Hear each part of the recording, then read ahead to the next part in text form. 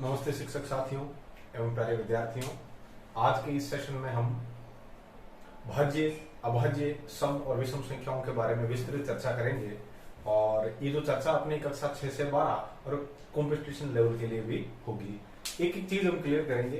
तो आज के इस सेशन में सबसे पहले हम लोग चर्चा करते हैं भाज्य संख्याओं की। भाज्य संख्याएं किसे कहते हैं? भाज्य संख्याएं, भाज्य संख्याएं, कंपोजिट नंबर। भाज्य संख्याओं को साथ साथ में इसका और नाम है संयुक्त संख्याएं, संयुक्त संख्याएं, कंपोजिट नंबर, कंपोजिट नंबर। भाज्य संख्याओं में प्यारे विद्यार्थियों छोटी सी बात है, इसमें एक ही चीज आपको ध्यान रखनी है। वह संख्याएं जो स्वयं के अतिरिक्त मतलब खुद के अलावा उनमें किसी दूसरी संख्या का भाग जाना चाहिए, वह संख्याएं जिनमें खुद के अलावा दूसरी संख्या का भाग जाना चाहिए, भाज्य संख्याएं कहलाती है। मतलब जो भाज्य संख्याएं हैं वो उससे छोटी किसी न किसी संख्या की गुणज है, और गुणज होने के कारण उसको हम लोग क्या बोलते हैं? संयुक्त संख्या कहते हैं। मतलब जैसे हमने एक संख्या ली है 8। 8 किस किस की गुणज है? 8 2 की गुणज है। मतलब 2 को 4 बार गुना करते हैं तो 2 को 4 से गुना करते हैं तब 8 आता है। और 8 किसकी गुणज है? 8 आपके मतलब देखा जाए तो 1 का भी गुणज है। और तो इस तरीके से हम लोग कह सकते हैं कि जो 8 है वो 8 क्या है? 8 एक संयुक्त संख्या है। किस किस की? 2 और 4 को आपस में गुना करते हैं तो 8 आता है। तो 8 कैसी संख्या है? संयुक्त संख्या है। 8 कैसी संख्या है? 8 भाज्य संख्या है। 8 में 2 का भाग जाता है, 8 में 4 का भी भाग जाता है। तो संयुक्त संख्या या भाज्य संख्याओं की जो छोटी सी डेफिनेशन है वो अपने ये हो गई कि वह संख्याएं जिनमें एक एवं स्वयं के अतिरिक्त दूसरी संख्या का भी भाग जाता हो, या वह प्राकृत संख्याएं, वह प्राकृत संख्याएं। देखो मैंने यहां एक शब्द लिखा है प्राकृत, मतलब भाज्य और अभाज्य संख्याएं, भाज्य और अभाज्य संख्याएं हम नेचुरल नंबर में से ही छांटेंगे। जो नेचुरल नंबर है वो 1 से शुरू होकर के अनंत तक चलता है। और मैं क्लियर कर दूं, अनंत प्राकृत संख्या नहीं है। क्यों? क्योंकि अनंत को हम जानते ही नहीं। अनंत क्या है? अनंत कैसा है? किसने देखा अनंत को? तो अनंत प्राकृत संख्या नहीं है। कहने का मतलब क्या है? जैसे 1 प्राकृत संख्या है, 2 प्राकृत संख्या है, 3 प्राकृत संख्या है, ऐसे आगे से आगे अपना मामला जाता जाएगा। और कहां तक?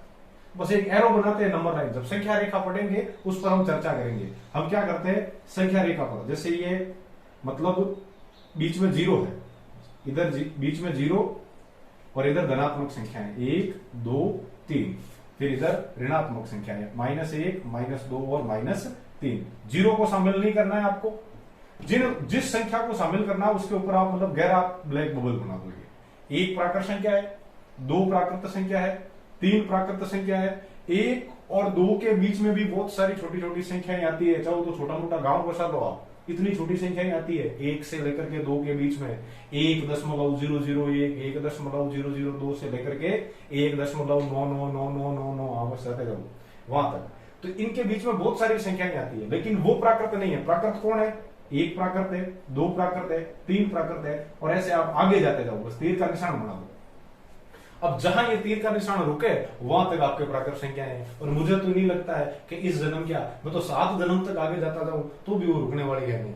तो इस वजह से वहां अनंत लिखते हैं। अब ऐसा क्वेश्चन नहीं होना चाहिए कि गुरुजी क्या अनंत भी नेचुरल नंबर है, क्या अनंत भी होल नंबर है। आप अनंत तक पहुंच जाओ तब आप देख लेना चाहिए कौन सी संख्या है। मेरे हिसाब से तो, या गणित के हिसाब से, अनंत को हम लोग नेचुरल नंबर में शामिल नहीं करते हैं।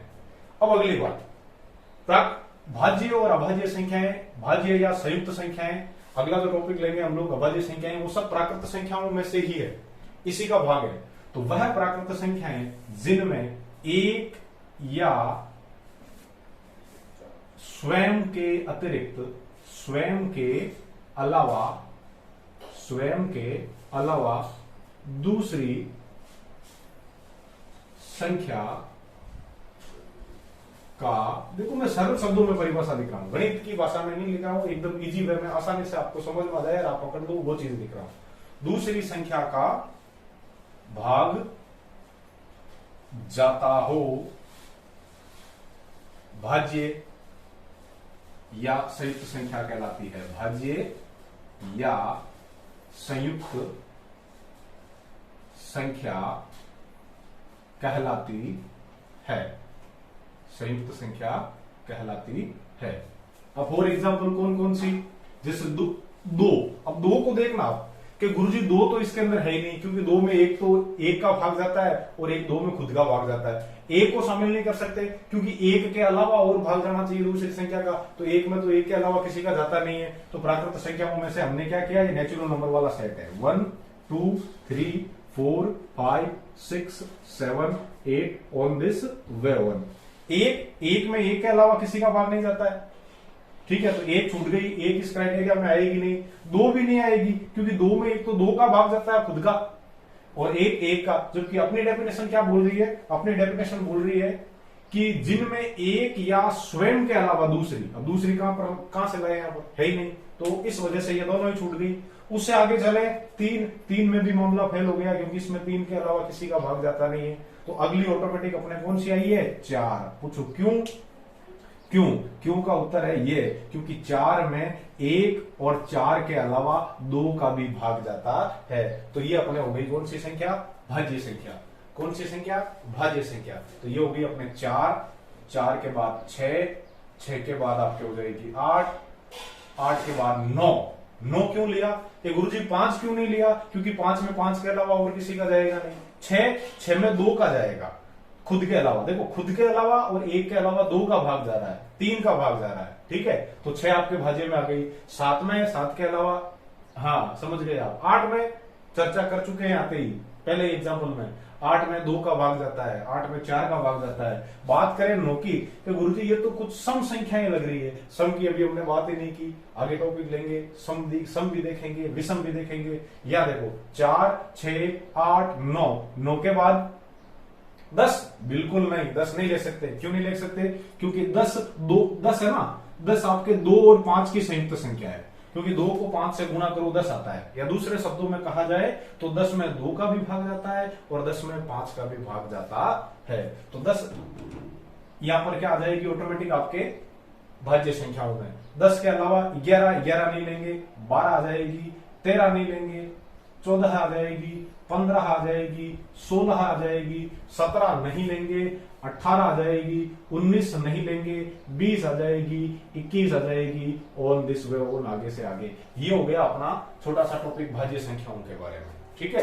तो भाज्य संख्याओं को एक बार फास्टली वापस देखें। भाज्य या संयुक्त संख्याएं या कंपोजिट नंबर वह नंबर जो खुद के और एक के अलावा किसी और नंबर से डिवाइड होता हो या उसमें खुद के अलावा किसी दूसरे नंबर का भाग जाता हो, तो वो अपने आप आपके क्या होगी, भाज्य संख्या होगी। नेक्स्ट जो टॉपिक है अपना, वो ले रहे हैं हम लोग अभाज्य संख्याएं। अभाज्य संख्याएं, चलो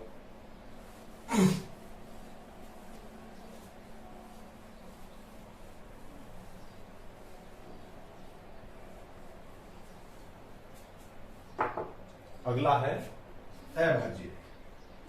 अभाज्य का एक और नाम है, जिसे भाज्य में मैं ये जोड़ दूं तो वो हो जाएगी अभाज्य, है ना। चलो ये कर दिया हमने अभाज्य संख्या।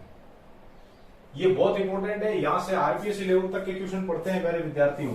एक बार आरपीएससी सेकंड ग्रेड में पूछ लिया था कि 1 से 100 तक कुल कितनी अभाज्य संख्याएं हैं, ठीक है। तो फिर कई जनों ने क्या किया, 1 से 100 तक गिनती लिखनी शुरू की, फिर उसमें मतलब गिनना शुरू किया कौन सी भाज्य है कौन सी अभाज्य है। ऑप्शन भी बड़े शानदार दिए हुए थे, 24 25 26 और 27। तो जिसने ये कम गिनी उसका 24, जिसने ज्यादा गिनी उनके 26 और 27, जबकि सही उत्तर 25 था। तो हमें एक एक चीज यहाँ पर ध्यान रखनी पड़ेगी। अभाज्य संख्याएं, इनका दूसरा नाम और है रूढ़ संख्याएं। हाँ, आप समझने के लिए हो, परिभाषा के रूप में नहीं कह रहा हूं। रूट का अर्थ रूठने से भी, और जो रूट गया वो किसी दूसरे के साथ नहीं जाता है, ध्यान रखना, वो रूठा हुआ ही रहता है। हाँ, एक जीके की दृष्टि से है रूठी रानी, पता करना, नहीं मालूम है। अब मेरा भी जीके स्ट्रॉन्ग है, ठीक है, ऐसी कोई बात नहीं है।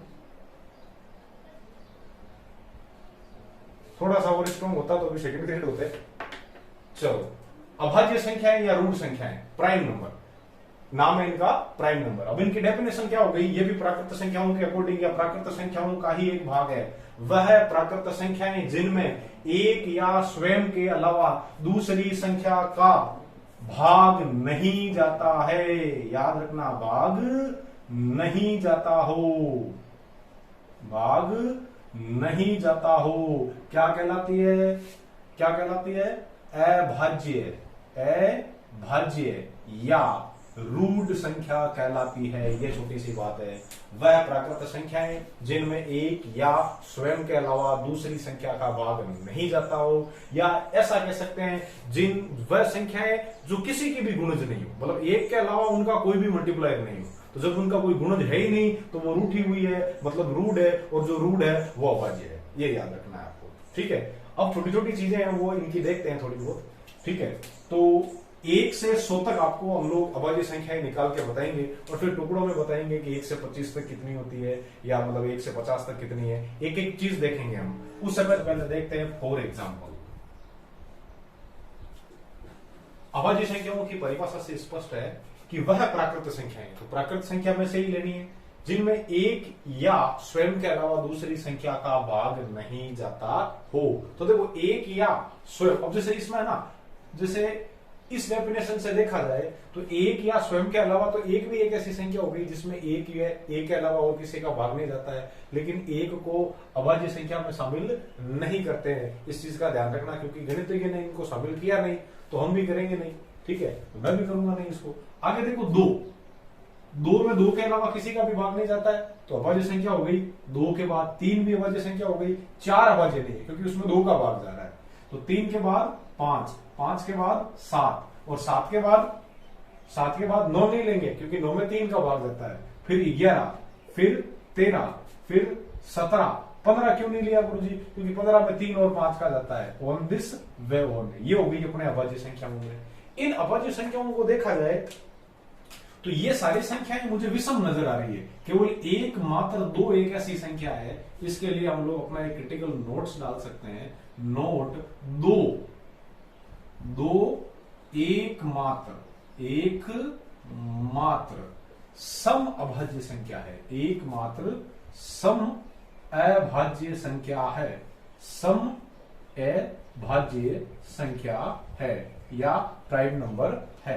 अब देखो, दोनों का एक साथ अध्ययन करने की कोशिश करें, भाज्य और अभाज्य दोनों को छांटने की कोशिश करें। तो नेचुरल नंबर को हम लोग किससे लिखते हैं? n से। और वो कहां से?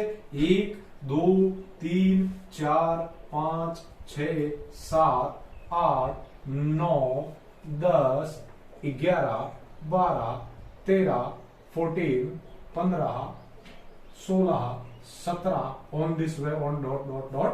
अब देखो, इसमें एक न तो भाज्य है न ही अभाज्य है। इसके लिए आप एक विशेष नोट डाल ही लो, NOTE नोट। याद रखना, एक देखो कंपटीशन में पूछने लायक प्रश्न है। एक अपवाद होते हैं जी, हर चीज में सब जगह थोड़े थोड़े अपवाद होते हैं, तो यहां पर एक अपवाद के रूप में है, ठीक है, एक्सेप्शन है। एक न तो भाज्य संख्या है, एक न तो भाज्य संख्या है, और न ही अभाज्य संख्या है, न ही अभाज्य संख्या है, अभाज्य संख्या है। नोट, सॉरी, नेचुरल नंबर के अंदर अब देखो, एक न तो भाज्य है न अभाज्य है, तो इसको छोड़ दो। अभाज्य संख्याओं को मैं रेड पेन से मतलब मार्क करूंगा, अभाज्य संख्याओं को, ठीक है। अभाज्य, आप लोगों को समझाने के लिए एक बार वापस रिवीजन हो जाएगा। अभाज्य, 2 अभाज्य है ना, प्राइम नंबर है क्योंकि 2 में 2 के अलावा किसी का भाग नहीं जाता है। फिर 3 भी अभाज्य है क्योंकि इसमें 3 के अलावा किसी का भाग नहीं जाता है। फिर 5 भी प्राइम नंबर है, 7 भी प्राइम नंबर है, 9 नहीं है क्योंकि ये 3 से डिविजिबल है, 11 भी प्राइम नंबर है, 13 भी प्राइम नंबर है, 15 नहीं क्योंकि इसमें 3 और 5 दोनों का भाग जाता है। और फिर कौन प्राइम है वापस? 17।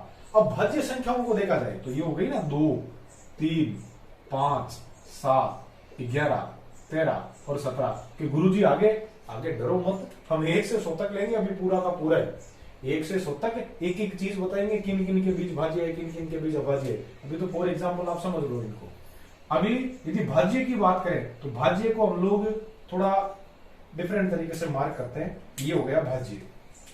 भाज्य, भाज्य में क्या होता है, खुद के अलावा दूसरे का भाग जाना चाहिए। तो खुद के अलावा दूसरे का भाग जाना चाहिए, तो इसमें तो खुद के अलावा किसी दूसरे का भाग जाता नहीं, इसी वजह से तो इसको लिखा है। तो इनको अभाज्य में भी शामिल नहीं किया।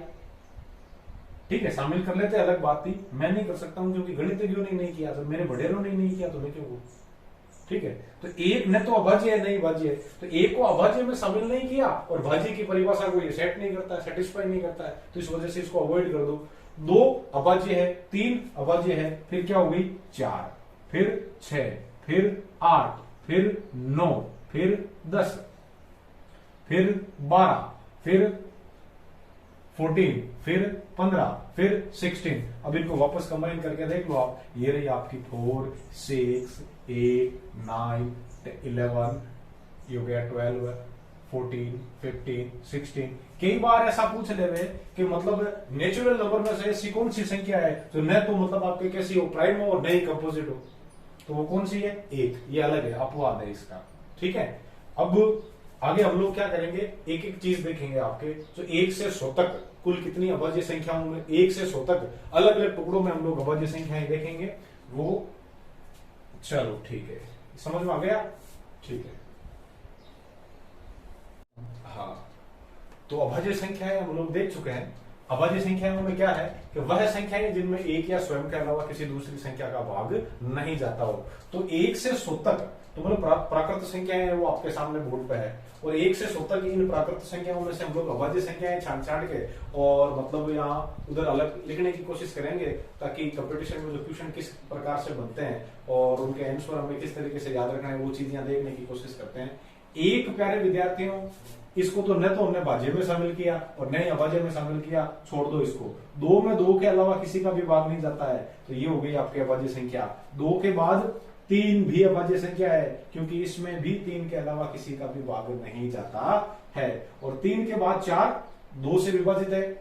5 आपके मतलब खुद के अलावा किसी से विभाजित नहीं है, तो ये अभाज्य संख्या है। 6 में 2 और 3 दोनों का भाग जाता है, इसलिए छोड़ दो। और 7 में 7 के अलावा किसी का भी भाग नहीं जाता है, इसलिए अभाज्य संख्या है। 9 विषम जरूर है लेकिन अभाज्य नहीं है, क्योंकि इसमें 3 का भाग जाता है। उसी तरीके से आपके 10 में 2 का भाग जाता है, 11 में किसी का भी नहीं जाता है। और 1 से 10 तक देखा जाए शॉर्ट वे में, 1 से 10 तक कितनी अभाज्य संख्याएं आई, 4। 1 से 10 तक कितनी आई, 4। और ये कभी नहीं पूछते हैं, क्योंकि 4 कोई भी गिन के बता देता है, तो सीधे मुंजबानी याद रखना, 1 से 10 तक कितनी, 4। फिर 12 2 से विभाजित है, 2 से डिविजिबल है, 3 से डिविजिबल है, 4 से डिविजिबल है, 6 से डिविजिबल है, तो छोड़ दो। 13 किसी से भी विभाजित नहीं है। 14 2 से और 7 से। 15 3 और 5 से। 16 2 4 और 8 से। 17 किसी से भी डिविजिबल नहीं है, इसलिए ये अपने क्या हो गया, प्राइम नंबर हो गया, अभाज्य संख्या हो गई। 19 भी प्राइम नंबर है। 18 2 से विभाजित है और 20 2 से विभाजित है। 21 में 3 का भाग जाता है, 21 में 3 का भाग जाता है, छोड़ दो। 22 में 2 का जाता है, 23 में किसी का भी भाग नहीं जाता है, 24 में 2 का, 25 में 5 का, 26 में 2 का, 27 में 7 और 2 9 नमती है 27 या 3 नम 27, 28 में 2 का, 29 में किसी का भी नहीं जाता है। तो एक छोटी सी चीज हमें इधर देख लेना है, 1 से 25 तक, 1 से 25 तक कुल अभाज्य संख्याएं, 1 से 25 तक कुल अभाज्य संख्याएं, अभाज्य संख्याएं। तो 1 से 25 तक कुल कितनी अभाज्य संख्याएं मिली आपको, गिन के बताओ। देखे मतलब कितनी होती है, देखो 1 2 3 4 5 6 7 8 और 9, कुल कितनी है, 9। सही है एकदम, वेरी गुड। अगला देखो 25 से आगे फिर 29 हमने छांट ली।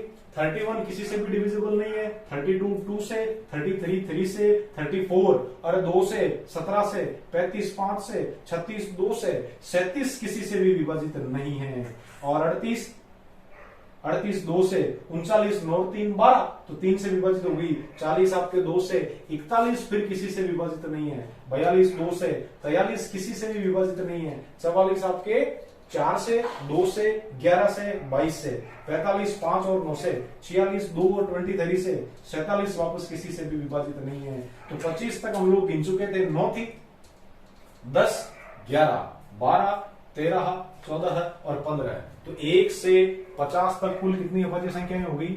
1 से 50 तक कुल अभाज्य संख्याएं, 1 से 50 तक कुल अभाज्य संख्याएं कितनी है बेटा?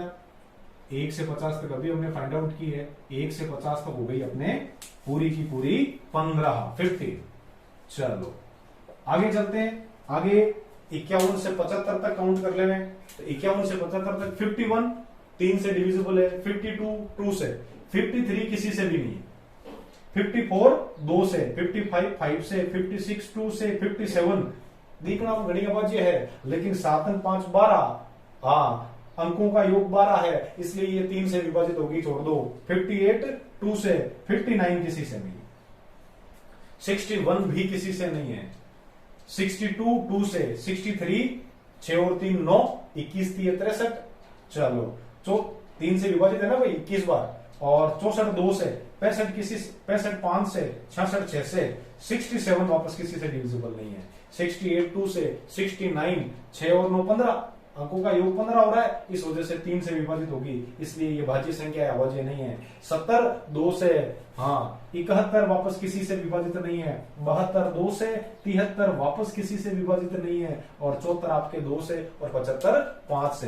तो 1 से 50 तक पूरी 15 थी, तो ये हो गई 16 17 18 19 20 और 21। कुल कितनी आई है? 1 से 75 तक, 1 से 75 तक कुल अभाज्य संख्याएं कितनी है? 1 से 75 तक आपके कुल अभाज्य संख्याएं हैं, वो है पूरी 21। चलो अब 75 के बाद देखो 76 2 से डिविजिबल, 77 7 से डिविजिबल, 78 2 से डिविजिबल, यहां वापस 79 किसी से भी डिविजिबल नहीं है, 81 3 से, क्योंकि 8 और 1 9 हो गया ना, 82 किसी से, 82 2 से, 83 किसी से डिविजिबल नहीं है, 84 8 4 12, इसे 2 का ही जा रहा है, सीधा ही छोड़ो इसको, 85 5 से, 86 में 2 का भाग जा रहा है, 87 8 और 7 15, फिर 8 7 15, और 7 और 8 15 जोड़ा जाना, तो 15 हो गए ना, तो 15 में फिर 3 का भाग जाएगा आपके, तो ये भाज्य हो गई। 88 में 2 का, 89 देखो 89, इनके अंदर देखो 89 में 8 9 17 है, ठीक है, तो मतलब 89 आपके अभाज्य संख्या है, इसमें 3 का भाग नहीं जाएगा। क्या सर कोई शॉर्ट फॉर्मूला है क्या भाज्य अभाज्य फाइंड आउट करने का? उसकी बायोमेट्रिक बताऊंगा, ठीक है, या शॉर्ट वीडियो डाल दूंगा, ताकि मतलब वहां से आपका कंसेप्ट अच्छे तरीके से क्लियर हो जाए कि कौन सी संख्या भाज्य है, कौन सी संख्या अभाज्य है, फाइंड आउट करने का सीधा तरीका। और फिर 91 3 से डिविजिबल है, 3 से नहीं बेटा, 91 है वो 13 7 91, 13 से विभाजित है, 7 से विभाजित है, नियम लग रहा है ना 7 की भाजकता का नियम, इकाई अंक का दुगुना करके और शेष संख्या में घटाने पर, तो 1 का दुगुना करो 2, और 7 में से मतलब 9 में से 2 जाएंगे, पीछे बचेंगे 7, प्राप्त संख्या 7 0 0 7 या 7 का गुण जाए तो वो 7 से विभाजित होती है, तो भाजकता का नियम लग रहा है, और भाजकता के नियम हमने देख लिए हैं, और इनका जो लिंक है वो आपको डिस्क्रिप्शन में मिल जाएगा, जिन्होंने अभी तक नहीं देखा है तो वो भी देख लेना। तो याद देखो 1 से 19 मतलब 2 से 19 तक डाले हुए भाजकता के नियम पर बहुत अच्छे तरीके से। अब 92 2 से डिविजिबल है, 93 9 और 3 12 ऑब्वियस है 3 से विभाजित होगा, 94 2 से, 95 5 से, 96 2 से, 97 किसी से डिविजिबल नहीं है, 98 2 से, 99 3 से, और 100 की तो क्या बात करें, 2 4 5 10 20 25 50 गाभन भाज्य है वो तो। चलो अब 1 से 100 तक कुल कितनी अभाज्य संख्याएं हैं वो देखी जाए, तो 75 तक तो हो गई 21, ये 22 23 24 और 25। यहां से एक आरपीसी ने एक बार क्वेश्चन पूछा था, और जहां तक मुझे याद है ये जो क्वेश्चन है वो मेरे गुरुजी सुखाराम जी बढ़िया सर जी ने जो भी मतलब भाटियों की ढाडी लगे हुए हैं सेकंड ग्रेड, उनके एग्जाम में या उनसे 1 साल पहले जब सेकंड ग्रेड के एग्जाम हुए थे,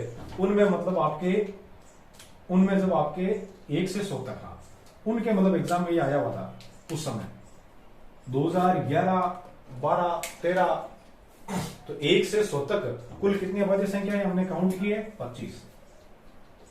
क्लियर है?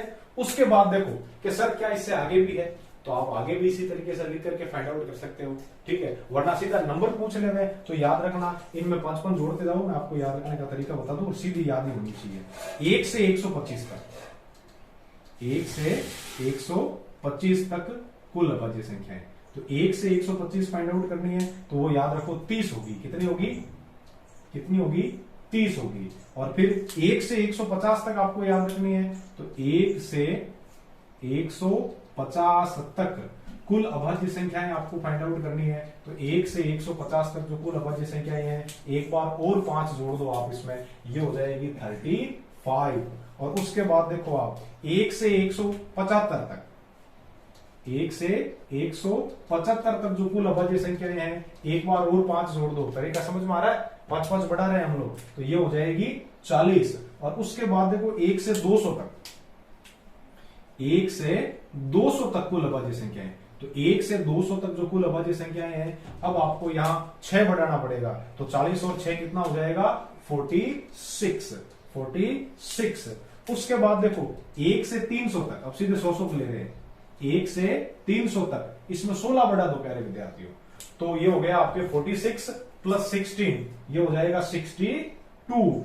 और उसके बाद देखा जाए 1 से 400 तक, कि गुरुजी थके गए, रेट्यूडी गई, रेट्यूडी को नहीं जी, मतलब बार बार देखा, मतलब फिक्स मेमोरी में जाते रहिए करें, साइकोलॉजी में किया करें कि मतलब सिगमंड फ्राइड है जो कि वो चेतन और अचेतन 2 मन होते हैं, ठीक है। तो चेतन मन है वो तो 10% और अचेतन मन है वो 90%। एक बार हमने किसी आदमी को देखा, ठीक है, साल भर बाद उससे मिलते हैं, तो क्या होता है, तो उनसे जब परिचय पूछते हैं तो उनको शक्ल तो हमें याद रहती है कि ये मतलब हमसे मिले हुए हैं, लेकिन नाम याद नहीं है। तो हम लोग क्या कहते हैं कि भाई जी जाना था पर था नाम है जो बार जी बेटा है, ठीक है। कई बार ऐसी स्थिति होती है, तो आप भी इनको एक बार देखोगे, है ना, तब आपके वो जो उत्तर है वो जीभ के नीचे रहेगा, बाहर नहीं आएगा, ध्यान रखना। बार बार इन चीजों को डीपली समझते हुए देखेंगे तो मतलब ये मुक्त जुबानी हो जाएगी एक एक चीज, ठीक है। अरे एक आदमी से हम लोग 5 बार मिलते हैं तो उसका खुद का क्या, उसकी 7 पीढ़ी का ब्यौरा हम लोग याद रख ले, तो ये तो बेचारी छोटी सी गणित है ना। चलो, तो 1 से 400 तक कुल कितने हैं, इसमें 16 जोड़ो आप, ये हो जाएंगे 78। अब देखो 1 से 500 तक, 1 से 500 तक कुल कितनी अभाज्य संख्याएं होगी। अब 78 में 17 जोड़ दो तो टोटल हो जाएगी आपके 95।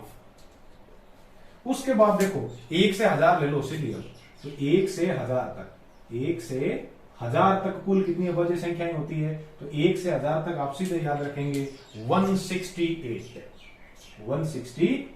यहां से एक बार आरपीसी में क्वेश्चन पूछा जा चुका है प्यारे विद्यार्थियों। अब यूं पूछ ले आपसे कि मैंने ये तरीका भी याद रखो, इसमें कितना जोड़ना है आपको 6, यहां पर आपने कितना जोड़ा 6, यहां कितना जोड़ा है आपने 4, फिर यहां अब 5 है, देखो 5 का डिफरेंस 5 5 5, फिर यहाँ 6, फिर यहाँ आपने जोड़ा है मतलब 16, फिर यहाँ जोड़ा है आपने 16, फिर यहाँ जोड़ा है 17। तो कई बार ऐसे पूछ लेते हैं कि 101 से 125 तक कुल कितनी अभाज्य संख्याएं हैं, तो 101 से 125 तक, या 101 से 200 तक पूछ लिया आपको, भाई 101 से कहां तक पूछ ली, 200 तक, तो 200 तक कुल कितनी है 46 में ये 6 और 5 11 और 5 16 और 5 कितनी हो गई 21। तो ये 21 संख्याएं हैं, वो 101 से लेकर के और 200 तक अभाज्य संख्याएं होगी। अदरवाइज सीधा भाई 1 से 100 तक तो कितनी है 25, और 1 से 200 तक कितनी है 46, तो 46 में से 25 सब्ट्रैक्ट कर लो, 21 बचते हैं।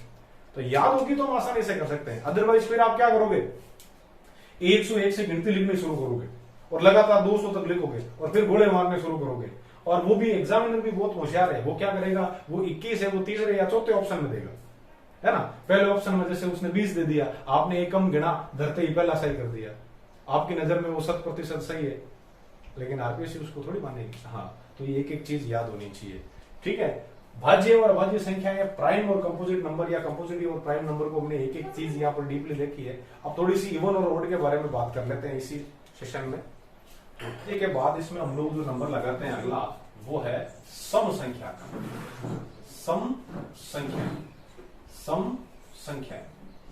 सम संख्याएं या फिर इवन नंबर। इवन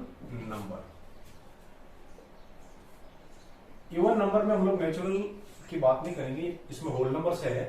तो देखो सम पूर्णांकों की बात करें, वह संख्याएं जिनमें 2 का भाग पूरा पूरा जाता हो, वह संख्याएं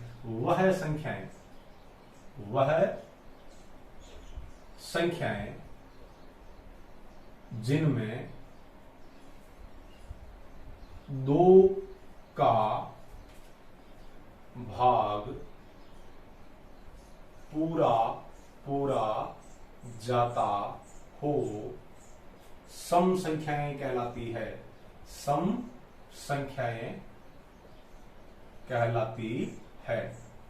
सम संख्याएं कहलाती है। सिंपल सी परिभाषा है इसकी।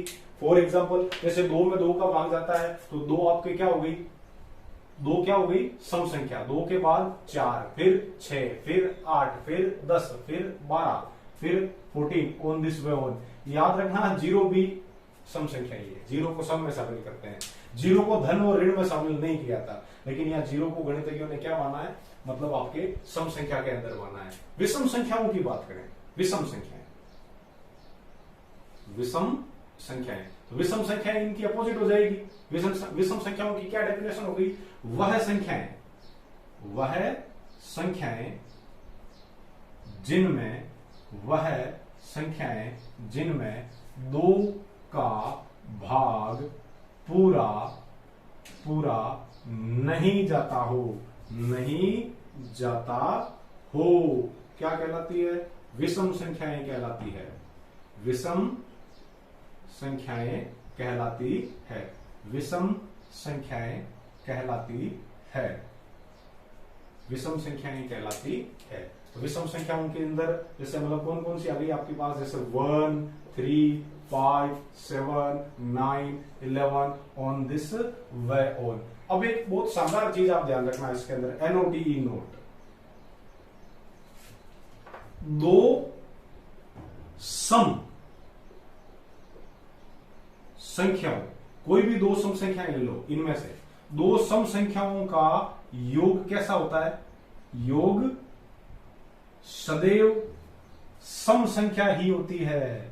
सम संख्या होती है। भाई सम में सम जोड़ोगे तो सम ही आएगी, लेकिन याद रखना मजेदार बात तो अब आने वाली है, आप 2 विषम संख्याओं को जोड़ लो, वो अपने बिरादरी को छोड़ देंगे। हाँ, 2 विषम संख्याओं, 2 विषम संख्याओं का योग, सबसे इंपॉर्टेंट चीज यहां से, 2 विषम संख्याओं का योग सदैव एक सम संख्या होती है। आपको विश्वास नहीं है, जोड़ के देख लो, सम संख्या होती है। कैसे, देखो ऐसे, ये 2 विषम संख्याएं, इनको जोड़ो, 1 और 3 कितने हो रहे हैं, 4, 1 और 3 कितने हो रहे हैं, 4, तो सम संख्या आ गई। 5 और 7 12, तो 2 सम संख्याओं को हम लोग जोड़े तो भी सम आती है, और 2 विषम संख्याओं को जोड़े तो भी सम आती है। प्यारे विद्यार्थियों, इस सेशन में हमने आज भाज्य, अभाज्य, सम और विषम, इन चारों संख्याओं के बारे में एक एक चीज क्लियर की है। तो आज की इन परिस्थितियों को देखते हुए हमारी ये छोटी सी पहल है कि इन परिस्थितियों में विद्यार्थी भले ही शिक्षक तक नहीं पहुंच पाए कोविड की परिस्थितियों के कारण, परंतु एक शिक्षक इस ऑनलाइन मंच के माध्यम से हर एक शहर में बैठे, हर एक गांव, हर एक घड़ी में बैठे विद्यार्थी तक पहुंच सकता है। और मेरी कोशिश यही है कि मतलब जो चीजें, बेसिक चीजें हैं, अभी इन परिस्थितियों के अंदर कई छात्र हैं जो मतलब कई क्या सभी छात्र कक्षा 7 से प्रमोट होते हुए कक्षा 10 तक पहुंचे हैं, तो उनके जो बेसिक नॉलेज में जो कमी है वो उसकी जो क्षतिपूर्ति 100% तो नहीं कर सकता हूं, लेकिन जितनी यथासंभव है मैं उसको पूरी करने की यहाँ कोशिश करूंगा। आपको इसमें सहयोग ये रखना है कि इस कंटेंट को हर ढाणी, हर गांव, मतलब हर शहर के पढ़ने वाले और जो अपना जो बेसिक कंसेप्ट है वो मजबूत करना चाहते हैं, जो कंपटीशन की तैयारी कर रहे हैं, उनके लिए भी ये बहुत सारी चीजें हैं, उन तक पहुंचाने की जिम्मेदारी आपकी रहेगी। धन्यवाद।